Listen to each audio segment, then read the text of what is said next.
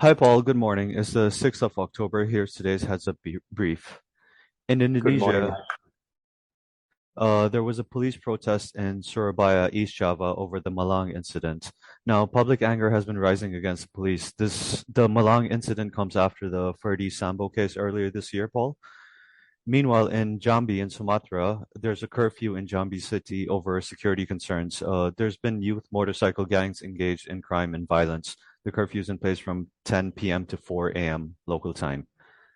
There's a few things in Malaysia, Paul. 20 soldiers were arrested for being involved in robberies in waters off Sabah's coast in Sampurna district. Malaysia also launched a short-term visitor pass for foreign workers in the oil and gas, construction, and manufacturing sectors. The visa processing time is 3 days and the validity is 30 days.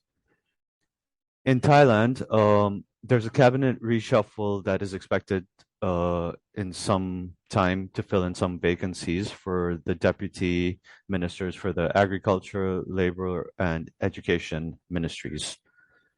In Thailand's deep south, a policeman was wounded by gunmen in Saiburi district in Patani on October 4th. Also in Patani, authorities caught two drug smugglers trying to smuggle 110 kilos of heroin to Malaysia yesterday. Now, moving over to South Asia, Paul, the security and political environment in Pakistan is tense. Imran Khan's long march to Islamabad is imminent, and Islamabad has been put on high security. Moving over to India, India extended an act that gives armed forces special powers and impunity in the northeast region due to ongoing insurgency. Lastly, Paul, for the Middle East region, in Iraq, there's a likelihood of renewed protests by a key political bloc, which will hinder the formation of government and administration, and violence in Baghdad is likely. That's the brief for today, Paul. Anything from you? Great. Yeah, two questions. Firstly, good brief. The next Prime Minister, obviously, Prayut won the court case, but even if he wins the next election, he can only stay 2 years. I'm thinking the next guy's current deputy.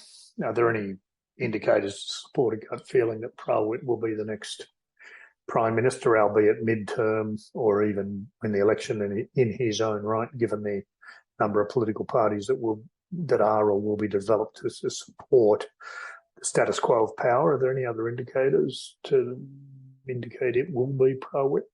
Yeah, Paul, definitely there's some indicators for this. Firstly, considering the history of Prayut and Prawit's relationship, they've had a long history of collaboration and working together. They've gone hand in hand in many places. And Prawit was also on the Queen's Guard Regiment, just as Prayut was. So I think that provides a strong standing for Prawit's position as the next PM. Meanwhile, there's also been a corruption case against a high-profile member of the Bhum Jatai party, Paul. Now, the Bhum Jatai party is in the government coalition, but it's seeking to nominate its leader, Anutin, as the prime minister. Now, this corruption case could be politically motivated to kind of take some of the shine away from the Bhum Jatai party, which has gained popularity over the decriminalization of marijuana in Thailand. Okay, gotcha. Look, one other quick query while I've got you. Without mentioning companies, obviously, but Kun S contacted us about a vessel. Could you just give me a rundown of what was occurring there? I didn't pick up on the detail. Yeah, Paul, just give me a second. So basically, earlier this week, a fishing vessel was arrested in Malaysia. It was modified, and there were hidden compartments in it where fuel tanks were found. So authorities suspected was smuggling subsidized fuel. Now, this happened off